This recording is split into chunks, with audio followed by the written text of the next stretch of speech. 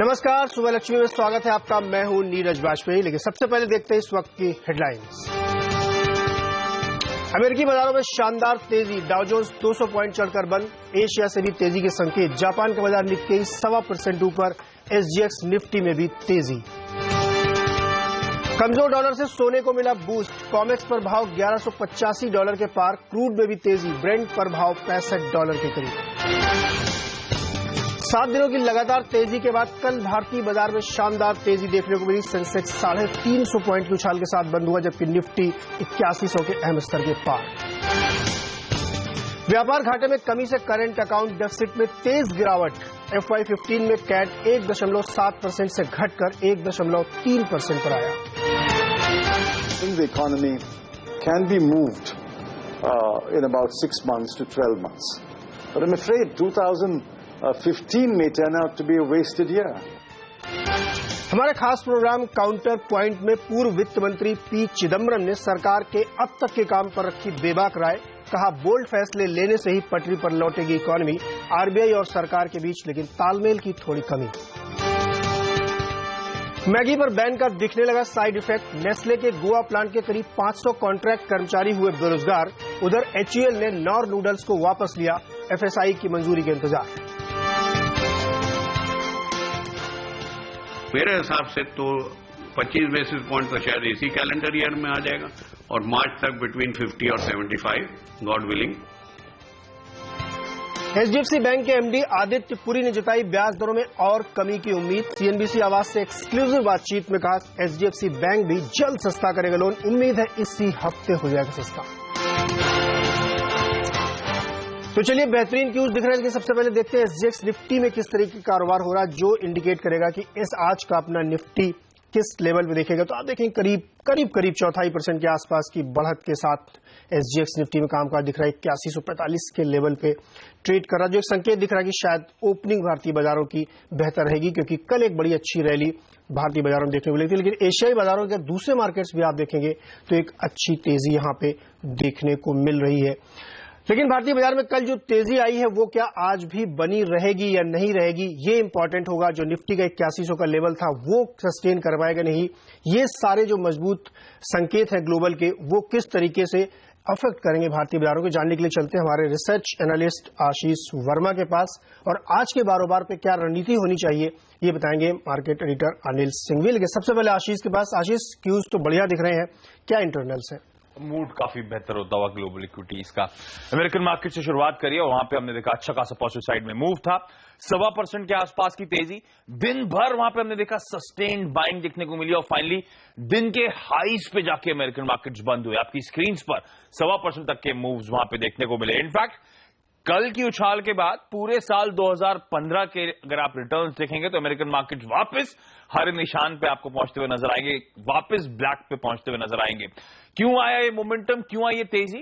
Reports आई कि शायद Germany finally Greece की मदद करता हुआ नजर आएगा, जर्मनी शायद ग्रीस को एड देता हुआ नजर आएगा और उसके चलते हमने देखा था हालात इंप्रूव हुए, सब सेंटिमेंट्स पॉजिटिव हुए।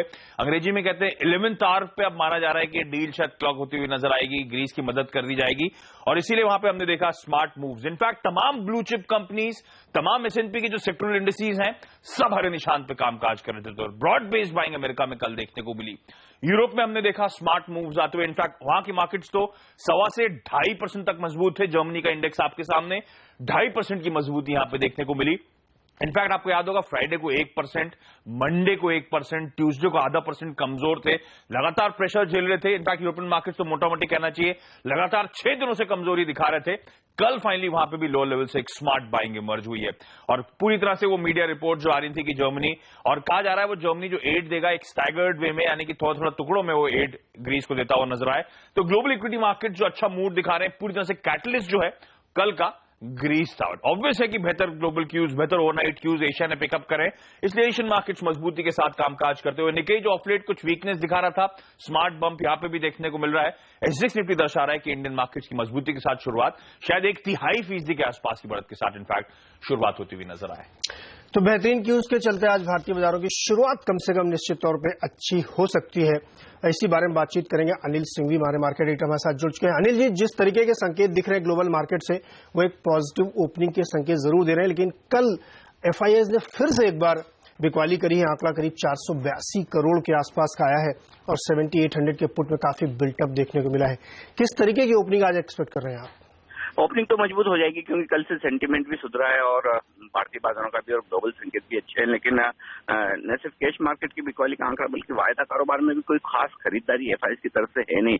और कल की जो रैली पूरी जो बनी है वो पूरी तरह से शॉर्ट कवरिंग पर बनी है, तो काफी हद तक शॉर्ट कवर हुए हैं मार्केट में। और उस लिहाज से अब आपको बहुत ज्यादा शायद शॉर्ट कवरिंग का सहारा ना मिले। अब आपको यहाँ से फ्रेश खरीदारी के लिए डेटा चाहिए या फिर वहां से फ्लोज चाहिए, तो वो बड़ा की ट्रिगर होगा आज के सेशन में। लेकिन क्योंकि ग्लोबल मार्केट्स और हमारा सेंटीमेंट थोड़ा सा इंप्रूव होता हुआ दिख रहा है, तो थोड़ी अपसाइड और बनती हुई दिख सकती है, जो निफ्टी को 8200 से 8250 की रेंज में ले जा सकती है। लेकिन शायद कल की तेजी की जो स्पीड थी वो आज धीमी पड़ती हुई दिख सकती है और लोअर लेवल पर अब निफ्टी पहले 8050 के आसपास सपोर्ट लेने की कोशिश कर सकता है। हालांकि बिल्टअप अब थोड़े से नीचे के लेवल्स पर होते हुए दिख रहे हैं, लेकिन उसमें एक अच्छा संकेत ये कि FIIs निफ्टी फ्यूचर्स और बैंक निफ्टी में अपनी शॉर्ट पोजीशन कवर कर रहे हैं और हेजिंग के लिहाज से लोअर लेवल के पुट खरीद रहे हैं, तो उतना एग्रेशन नहीं है उनका मंदी की तरफ। ये एक अच्छा संकेत है। उम्मीद कर रहे हैं कि एक मजबूत शुरुआत होने के बाद बाजार थोड़ा सा रेंज बाउंड ट्रेड करते हुए रहे, लेकिन बायस पॉजिटिव रहेगा और ज्यादा एक्शन आपको मिड कैप और स्मॉल कैप शेयरों में तेजी की तरफ शिफ्ट होता हुआ नजर आएगा। तो बिल्कुल जो अनिल जी कल चर्चा हुई, कल फ्राइडे काफी इंपॉर्टेंट डेटा पॉइंट भी आने हैं। क्या जैसे माना जा रहा है कि वो अच्छे हो सकते हैं, तो क्या ये मार्केट इस चीज को प्रीएम्प्ट करते हुए आज पॉजिटिव जोन में ही रहने की उम्मीद करेगा? बिल्कुल हाँ, ये बात सही है कि ये डेटा कल जो आने वाले काफी अहम होंगे और उस लिहाज से बाजार इन पर भी नजर बनाए हुए। लेकिन ओवरऑल वैसे भी देखा जाए तो 8000 के लेवल को जो हमने 2 बार टच करके वहां से सपोर्ट लेने की कोशिश की है और अब ट्रिगर ग्लोबल मार्केट से ज्यादा हमारे लिए इंपॉर्टेंट है। वहां से जो पॉजिटिव संकेत आते हुए दिख रहे हैं, मुझे लगता है अब इस वीक में आप कम से कम ये मानकर चल सकते हैं कि 8000 बाजार तोड़ेगा नहीं। तो जब आपकी डाउन साइड रिस्क प्रोटेक्टेड है, आगे के डेटा आपको थोड़े से पॉजिटिव होने की उम्मीद दिख रही है, तो धीरे धीरे अपसाइड थोड़ी और बन सकती है और ये जो कल की तेजी है ये ब्रॉडर मार्केट में फैलती हुई नजर आ सकती है। तो चलिए एक उम्मीद रखनी चाहिए कि आज बाजार थोड़ा पॉजिटिव है। लेकिन निफ्टी पे खास तौर पे आपकी स्ट्रेटजी क्या हो, ये बताने के लिए हमारे साथ है एंजल ब्रोकिंग के Samit Chauhan. Samit, very good morning और स्वागत है आपका। आज किस तरीके की स्ट्रेटजी बना के चले निफ्टी में? Good morning Neeraj. देखिए 6 दिन का हमने कंटिन्यूस फॉल दिखाया फ्रॉम द लेवल ऑफ 8450, 8480। वहां से हमने 8000 के आसपास आके अभी कल के सेशन में हमने एक थोड़ा रिबाउंड दिखाया। तो अगर ग्लोबल मार्केट्स भी देखें और कल का मोमेंटम भी देखें तो ये कल की तेजी थोड़ा और एक्सटेंड हो सकती है। तो हमें लग रहा है कि प्रॉब्ली 8160, 8180 तक निफ्टी मूव हो सकता है। बट यहाँ पे बाय करने के लिए वो रिस्क टू रिवॉर्ड वैसे रेशियो फेवरेबल नहीं होगा, तो हम वेट करेंगे और इन केस निफ्टी अगर 8180 के आसपास आता है तो वहाँ पे will go with the higher degree trend, तो वो जो कि नेगेटिव है अभी भी, तो हम वहाँ पे सेल करने के लिए देखेंगे अराउंड 8180 और हमारा एक स्टॉप लॉस होगा 8230 का और टारगेट होगा 8080 का। तो निफ्टी में बिकवाली की सलाह यहाँ पे दे रहे हैं समित। लेकिन समित, कौन से स्टॉक्स होंगे जिस पे आज आप ट्रेड करना चाहेंगे? देखिए हमें लग रहा है कि आज के सीजन में थोड़ा स्टॉक स्पेसिफिक मूवमेंट ज्यादा देख सकते हैं, तो इसलिए एक बाय और एक सेल का रिकमेंडेशन होगा। Buy GAIL with stop loss of 386, target 412 का होगा और HPCL में सेल की सलाह होगी विद स्टॉप लॉस ऑफ 708 और टारगेट होगा 683 का। चलिए 412 के टारगेट के साथ गेल में खरीदारी करें, लेकिन HPCL में यहाँ पे शॉर्ट करने की सलाह है।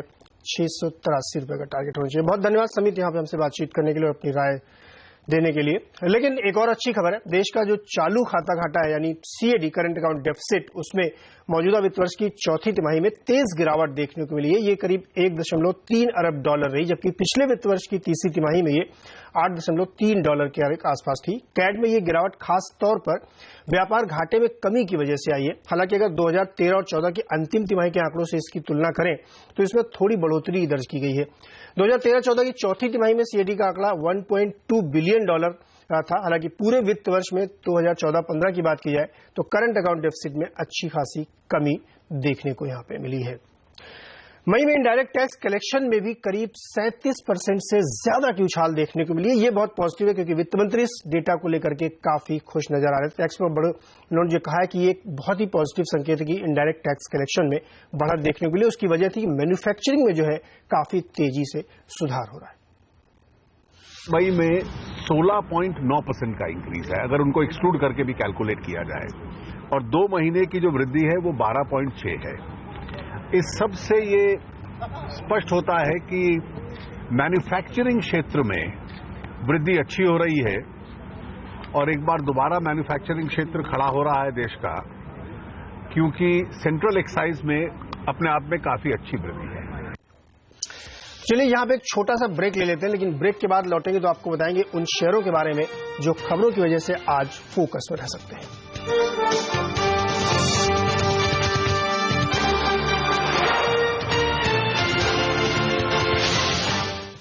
एक बार फिर से स्वागत है आपका सुबह लक्ष्मी में, और अब चलेंगे रिसर्च एनालिस्ट पूजा त्रिपाठी और सोनम के पास, जो हमें ये बताने वाली है कि आज कौन कौन से शेयर्स हैं जहां पे काफी खबरें और जिनकी वजह से उनमें बाजार में काफी उतार चढ़ाव देखने को मिल सकता है। लेकिन सबसे पहले पूजा के पास। पूजा, गुड मॉर्निंग। क्या खबर है आज, कौन से स्टॉक्स रहेंगे हरकत में? Good morning. आज सबसे पहले HUL और नेस्ले की बात करते हैं। यहाँ पर दोनों ही कंपनियों की तरफ से कुछ अपडेट्स निकल कर आ रहे हैं। सबसे पहले बात करते हैं HUL की। यहाँ पर कंपनी ने अपने स्टेटमेंट में कहा है कि उनके जो इंस्टेंट नूडल्स के चाइनीज रेंज का जो ब्रांड था नॉर, उसको विड्रॉ कर लिया गया है क्योंकि FSSAI से अभी भी उस प्रोडक्ट को अप्रूव नहीं किया है। लेकिन कंपनी ने यहाँ क्लैरिफिकेशन दिया है कि कंपनी को लेकर किसी भी तरीके का कोई सेफ्टी या क्वालिटी कंसर्न इशू नहीं है, लेकिन पेंडिंग जो अप्रूवल था वो अभी भी पेंडिंग है, जिसकी वजह से वो FSSAI के साथ बातचीत में है। और जैसे ही ये पूरा प्रोसेस कंप्लीट होता है, कंपनी अपने प्रोडक्ट की मैन्युफैक्चरिंग और बिक्री जल्द से जल्द ही शुरू करेगी। इसके अलावा नेस्ले की तरफ से भी एक स्टेटमेंट निकल कर आया है। कंपनी का कहना है कि मैगी नूडल्स के जो रिकॉल के चलते उनके जो कॉन्ट्रैक्ट वर्कफोर्स है उन पर जरूर थोड़ा बहुत असर पड़ रहा है, लेकिन सर्विस प्रोवाइडर पूरी तरह से कोशिश कर रहे हैं कि जो वर्कफोर्स है ये दूसरी जगह पर दूसरे कामों में डिप्लॉय कर दिया जाए। लेकिन जो परमानेंट एम्प्लॉय है उन पर किसी तरह का कोई असर नहीं पड़ेगा, उनको काम से निकालने की कोई भी बात नहीं चल रही है और उनके सैलरी पर भी किसी तरह का कोई असर नहीं पड़ेगा। यहाँ आपको बता दें कि सूत्रों के हवाले से खबर निकल कर आई थी कि कंपनी के 500 डेली वेज कॉन्ट्रैक्ट वर्कफोर्स है उनको गोवा प्लांट से निकालने की बात चल रही थी, जिस पर कि नेस्ले की तरफ से ये क्लैरिफिकेशन निकल कर आया है। BML, इंजीनियर्स इंडिया लिमिटेड और NBCC, ये 3 काउंटर्स पर आपकी नजर होनी चाहिए। BML को दिल्ली मेट्रो रेल कॉर्पोरेशन से लगभग 645 करोड़ का ऑर्डर मिल गया है। इंजीनियर्स इंडिया के अबू धाबी ऑफिस को 150 करोड़ रुपए का ऑर्डर मिला है। वही NBCC ने न्यू दिल्ली रेलवे स्टेशन के आसपास के ऐसे एरियाज को एक्सप्लोर करेंगे जहां पर रीडेवलपमेंट हो सकता है, और इसके लिए कंपनी ने करार कर लिया है Malaysian JV company China railway engineering और अमोना ग्रुप के साथ।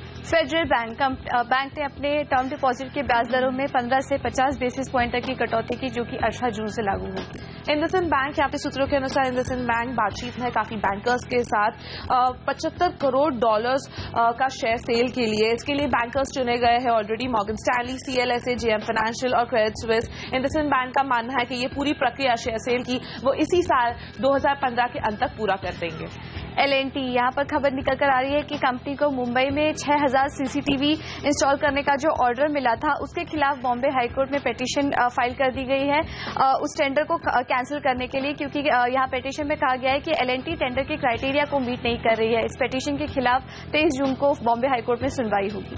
अदानी पोर्ट्स के काउंटर पर खास नजर रखेगा, जहाँ पे अपोजिशन पार्टीज के प्रोटेस्ट के बाद भी यहाँ पे केरला कैबिनेट ने यहाँ पर 7500 करोड़ रुपए का एक पोर्ट प्रोजेक्ट अदानी पोर्ट्स को दे दिया है। साथ ही टॉरेंट पावर, टॉरेंट केबल्स के काउंटर पर नजर होनी चाहिए, क्योंकि शेयर धारकों से मंजूरी मिल गई है टॉरेंट एनर्जी और टॉरेंट केबल्स को अपने साथ मर्ज करने के लिए। तो दोनों काउंटर्स, टॉरेंट पावर और टॉरेंट केबल्स, आपके रडार पर रहने चाहिए। धन्यवाद पूजा और सोनम। और इन शेयरों पे आप नजर रखिए क्योंकि मार्केट ओपनिंग के बाद इनमें थोड़ी बहुत हरकत आपको ऊपर नीचे की तरफ जरूर देखने को मिल सकती है। लेकिन HDFC बैंक के MD आदित्य पुरी का कहना है कि इकोनॉमी में ग्रोथ बढ़ने लगी है और अच्छे दिन लौटने लगे हैं। उन्हें लगता है कि दिसंबर तक RBI ब्याज दरों में 0.25% की कमी करेगा। हमारी संवाददाता कविता कृष्णन से खास बातचीत में उन्होंने बताया कि बैंक कटौती का फायदा ग्राहकों को भी देगा और HDFC बैंक भी जल्द ही कर्ज सस्ता करेगा। सर, ये बताइए, आपने साल के शुरुआत में कुछ फंड रेज किए थे, उसका किस तरह इस्तेमाल होगा? जो फंड हमने रेज किए थे, हमने कहा था कि अच्छे दिन आएंगे, अच्छे दिन आ रहे हैं, कंट्री के अच्छे दिन आएंगे तो हमारे भी अच्छे दिन आएंगे, वो हमको नजर आ रहा है। तो हमने वो रेज किया था फंड ग्रोथ के लिए। दूसरा, आजकल रेगुलेटर्स बहुत फिक्र में है बैंक्स के बारे में, तो वो भी कैपिटल एडिक्वेसी के इंक्रीज कर रहे हैं। हाल में आरबीआई ने जो कमेंट्री दी है खासकर मॉनेटरी पॉलिसी को लेकर, तो क्या आपको लगता है कि एक तरह से रेट कट साइकिल अब यहाँ पर खत्म हो गया है कि इस साल में हम और रेट कट की उम्मीद कर सकते हैं? मेरे हिसाब से तो 25 बेसिस पॉइंट तो शायद इसी कैलेंडर ईयर में आ जाएगा, और मार्च तक बिटवीन 50 और 75, गॉड विलिंग, अगर पेट्रोल प्राइस ठीक रही, इन्फ्लेशन ठीक रहा और गवर्नमेंट जो फिजिकल टारगेट्स रखे अगर वो रहे, तो मेरे हिसाब से तो और आएगा। हमने देखा है कि ज्यादातर बैंक से 25 बेसिस पॉइंट तक ट्रांसमिट किए हैं, आपने भी बेस रेट एक ही बार घटाया है।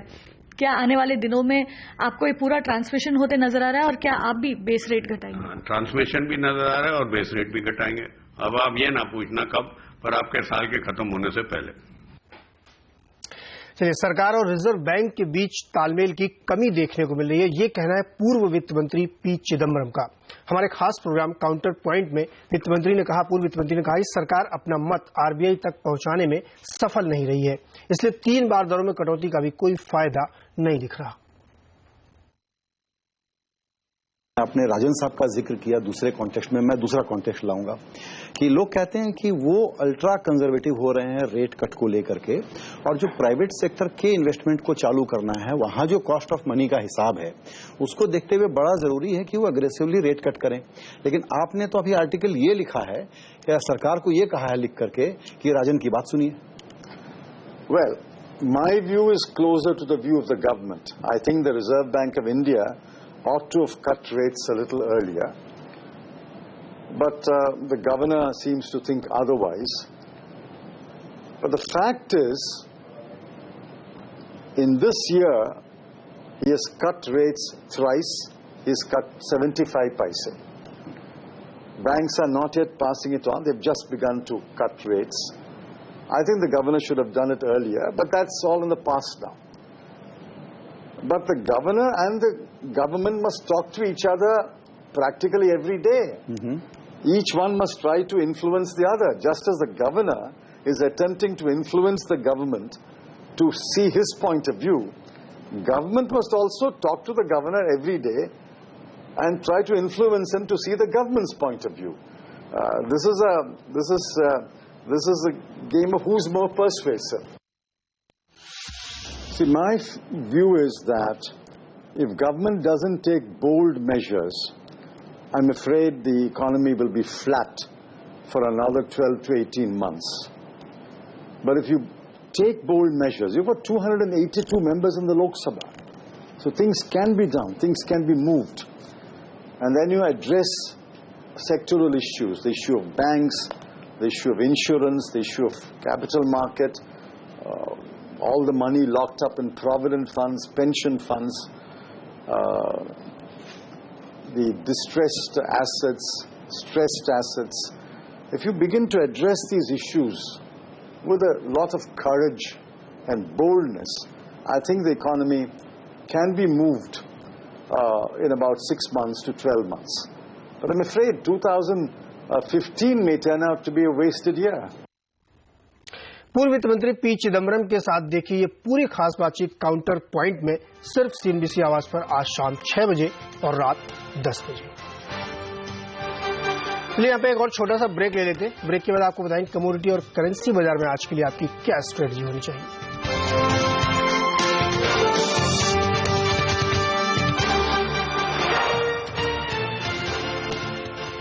एक बार फिर से स्वागत है आपका सुबह लक्ष्मी में, और हम नजर डालते हैं करेंसी और कमोडिटी बाजार पर। कमजोर डॉलर में सोने से मजबूती आई है थोड़ी सी। कॉमेक्स पर सोने का भाव $1185 के पार पहुंच गया। वहीं क्रूड में भी थोड़ी सी तेजी देखने को मिल रही है। ब्रेंट पर इसका भाव करीब $65 के आसपास और नाइमेक्स पे $61 के पार है। उधर कल डॉलर के मुकाबले रुपया 8 पैसे मजबूत होकर ₹63.84 के आसपास बंद हुआ।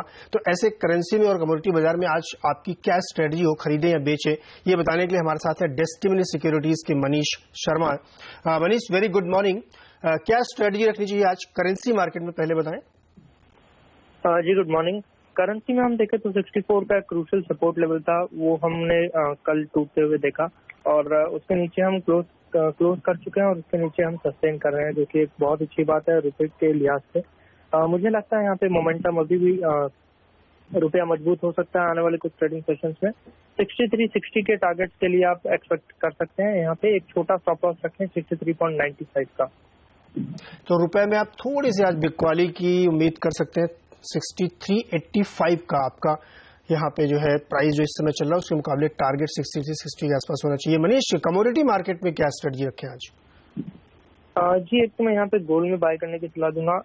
1180-1185 का एक क्रूशियल रेजिस्टेंस जोन था इंटरनेशनल लेवल पे, उसे हम क्रॉस कर चुके हैं, उसके ऊपर हम ट्रेड कर रहे हैं, जो कि बहुत अच्छा पॉजिटिव साइन है। यहाँ पे एमसीएक्स में गोल्ड पे बाय करने की सलाह दूंगा। 26,800 का स्टॉप लॉस रखें और 27,150 के टारगेट के लिए आप ट्रेड करें। और एक नेचुरल गैस में सेल करने की राय दूंगा। आज इसमें इन्वेंट्री डेटा आने वाला है और हमने कई बार देखा है 183-185 एक स्ट्रॉन्ग सप्लाई जोन रहा है नेचुरल गैस के लिए। एक स्ट्रिक्ट स्टॉप लॉस लगाएं 188 का और इसमें 178 तक के लेवल्स आपको देखने को मिल सकते हैं। बहुत शुक्रिया मनीष इस जानकारी और इस अपनी स्ट्रेटजी शेयर करने के लिए। लेकिन यहाँ पे एक बार फिर से देख लेते हैं एसजीएक्स निफ्टी में किस तरीके का कारोबार चल रहा है। तो अगर आप देखें तो वो जो शुरुआती स्तर आपने देखा था कि 0.34% यानी 27-28 पॉइंट के आसपास उछाल के साथ कारोबार अभी भी कर रहा है। यानी ये एक्सपेक्ट आप कर सकते हैं कि अगर ऐसे ही रहा तो शुरुआत भारतीय बाजारों की पॉजिटिव हो सकती है यहाँ पे, क्योंकि एशियाई बाजारों से भी ठीक ठाक पॉजिटिव क्यूज यहाँ पे मिल रहे हैं। और यूरोप, एशिया और के अलावा जो यूरोप और यूएस के मार्केट थे वहां से काफी अच्छे संकेत थे। लेकिन ये देखना आपको जरूरी होगा कि क्या भारतीय बाजारों में जो कल तेजी थी वो उस तेजी को पहले ही प्रीएम्प्ट करके हुई थी या उसकी आज फॉलोअप यहाँ पे बाइंग फिर से देखने को मिलेगी। यहाँ पे एक छोटा सा ब्रेक लेंगे, लेकिन ब्रेक के बाद जब आएंगे तो आपको बताएंगे स्टॉक 2020 के वो शानदार स्टॉक्स कौन से।